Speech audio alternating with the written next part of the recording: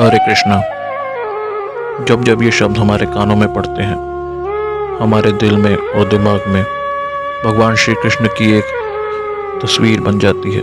भगवान कृष्ण को हम अलग अलग नामों से जानते हैं, जिनमें से कुछ नाम हैं हरि, गोपाल, गोविंदा, द्वारकाधीश और भी बहुत से।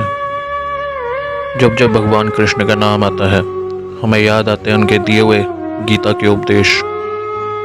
और जब जब जिक्र होता है महाभारत का, हमें भगवान कृष्ण की याद ज़रूर आती है, क्योंकि इस ग्रंथ में उन्होंने सबसे प्रमुख भूमिका निभाई है। परंतु फिर भी ऐसी बहुत सी बातें हैं भगवान श्री कृष्ण के बारे में जो हम लोग नहीं जानते, और आज मैं आपको उन्हीं में से कुछ बातें बताने वाला हूँ। अगर आप हमारे चैनल पर नए हैं तो सब्सक्राइब करें हमारे चैनल को और वह बेल आइकन ज़रूर दबाएं, ताकि हमारी आने वाली सभी वीडियो की नोटिफिकेशन आपको सबसे पहले मिले। कहा जाता है कि भगवान कृष्ण के शरीर से मदक सुगंध निकला करती थी। इसे उन्हें छुपाना पड़ता था जब भी वे किसी गुप्त कार्य के लिए निकला करते थे। यही खूबी द्रौपदी में भी थी। द्रौपदी के शरीर से भी एक ऐसी ही सुगंध निकला करती थी। ये सुगंध लोगों को अपनी ओर आकर्षित किया करती थी। माना जाता है कि भगवान कृष्ण के शरीर से निकलने वाली ये सुगंध गोपिका, चंदन और कुछ रात रानी की सुगंध की तरह होती थी। कुछ लोग इसको अष्टगंध भी कहा करते थे। भगवान कृष्ण ने गुजरात के समुद्री तट पर अपने पूर्वजों की धरती पर एक भव्य नगर का निर्माण किया था, जिसे हम द्वारका नगरी के नाम से जानते हैं। पर कुछ विद्वानों के अनुसार उन्होंने पहले से ही एक उजड़े हुए नगर को दोबारा बसाया था, और ये भी कहते हैं कि भगवान कृष्ण कभी भी 6 महीने से ज़्यादा द्वारका में नहीं रहे। कहा जाता है कि जब भगवान श्री कृष्ण ने अपनी देह त्यागी थी, उस समय ना तो उनका एक बाल भी सफ़ेद था और ना ही उनके शरीर पर किसी भी प्रकार की झुर्रियाँ थीं। 119 वर्ष की आयु में भी वह बिल्कुल युवा थे। भगवान श्री कृष्ण का जन्म मथुरा में हुआ था। बचपन उनका गोकुल, वृंदावन, नंदगांव, बरसाना आदि जगहों में बीता था। द्वारका को उन्होंने अपना निवास स्थान बनाया और सोमनाथ के पास स्थित प्रवास क्षेत्र में उन्होंने अपनी देह त्यागी थी। अपने कुल का नाश देखने के बाद भगवान श्री कृष्ण बहुत ही दुखी थे। तभी से वह प्रवास क्षेत्र में रहने लगे थे।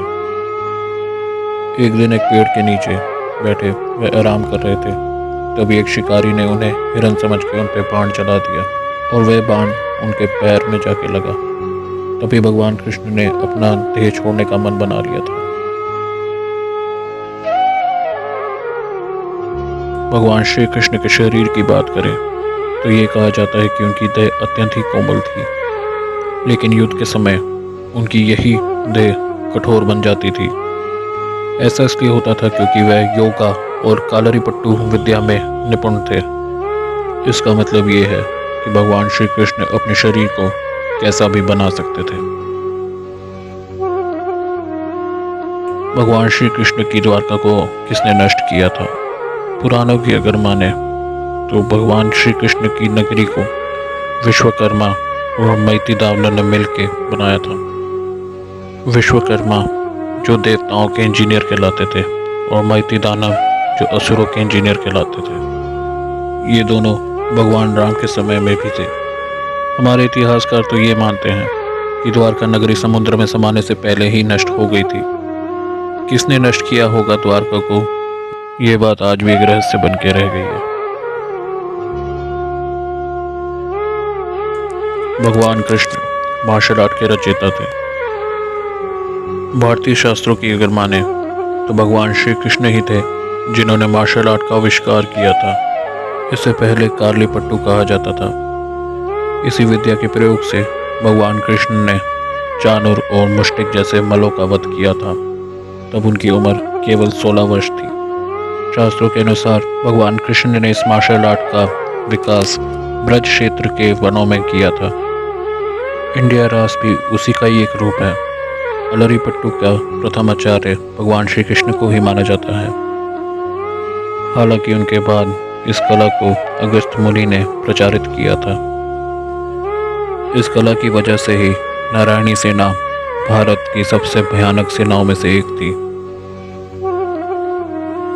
बाद में ये विद्या बौद्ध धर्म से होते हुए विकसित हुई और बौद्ध धर्म के कारण ये चीन, जापान जैसे अन्य देशों में पहुंची। आज भी ये विद्या केरला और कर्नाटक जैसे क्षेत्रों में प्रचलित है। भगवान कृष्ण का रंग। कुछ लोग भगवान कृष्ण के रंग को काला बताते हैं या फिर श्याम रंग बताते हैं। श्याम रंग का मतलब होता है कुछ काला कुछ नीला, जैसे सूर्यास्त के वक्त आकाश का रंग होता है। पर जनश्रुति के अनुसार उनका रंग ना ही काला था ना ही श्याम था, उनका रंग मेघ शामक था, यानी काला, नीला और सफ़ेद मिश्रित रंग।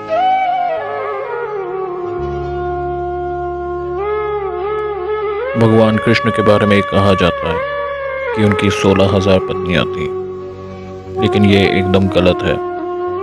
भगवान श्री कृष्ण की केवल 8 पत्नियां थीं। जिन 16,000 पत्नियों के बारे में कहा जाता है, दरअसल वे सब भामासुर, जिसे हम नरकासुर भी कहते हैं, उसके द्वारा बनाई हुई बंधकें थीं, जिन्हें स्वयं भगवान श्री कृष्ण ने उसकी कैद से मुक्त कराया था। मृत को जीवित करना। जब ऋषि संदीपनी को गुरु दक्षिणा मांगने के लिए कहा गया, तब गुरु ने कहा कि मेरे पुत्र को एक असुर उठा के ले गया है। अगर आप मुझे गुरु दक्षिणा ही देना चाहते हैं तो कृपया मेरे पुत्र को वापस ले आएं। भगवान श्री कृष्ण ने अपने गुरु के पुत्र को कहीं जगह ढूंढा, पर उसका कुछ पता नहीं चला।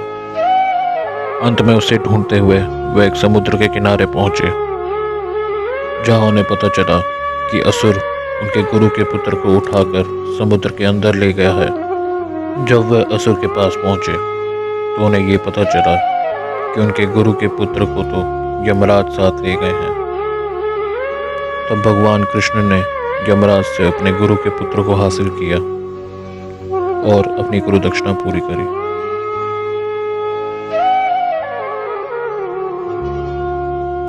भगवान कृष्ण के युद्ध के हथियार। भगवान कृष्ण 64 कलाओं में परिपूर्ण थे।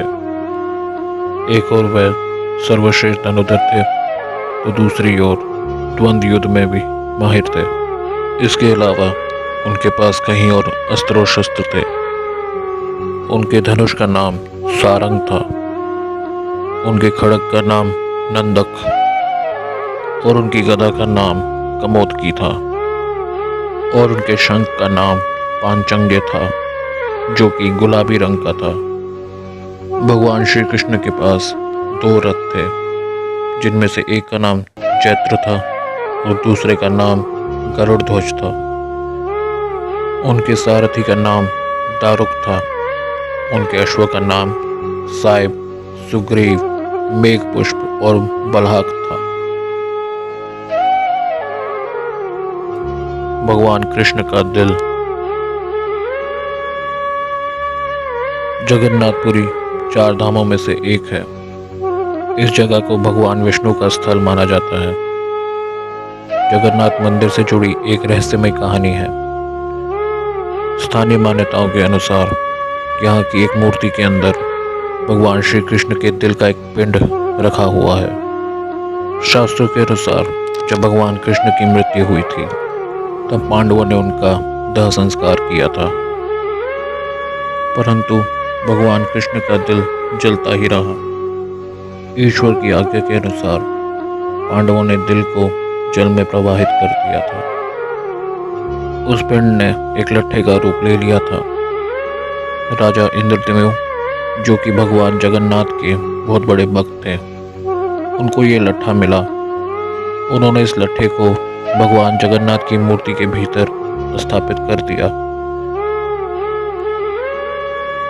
तब से ये लट्ठा भगवान जगन्नाथ की मूर्ति में ही स्थापित है। हर 12 वर्ष के बाद भगवान जगन्नाथ की मूर्ति बदल दी जाती है, लेकिन ये लट्ठा हमेशा उसी में रहता है।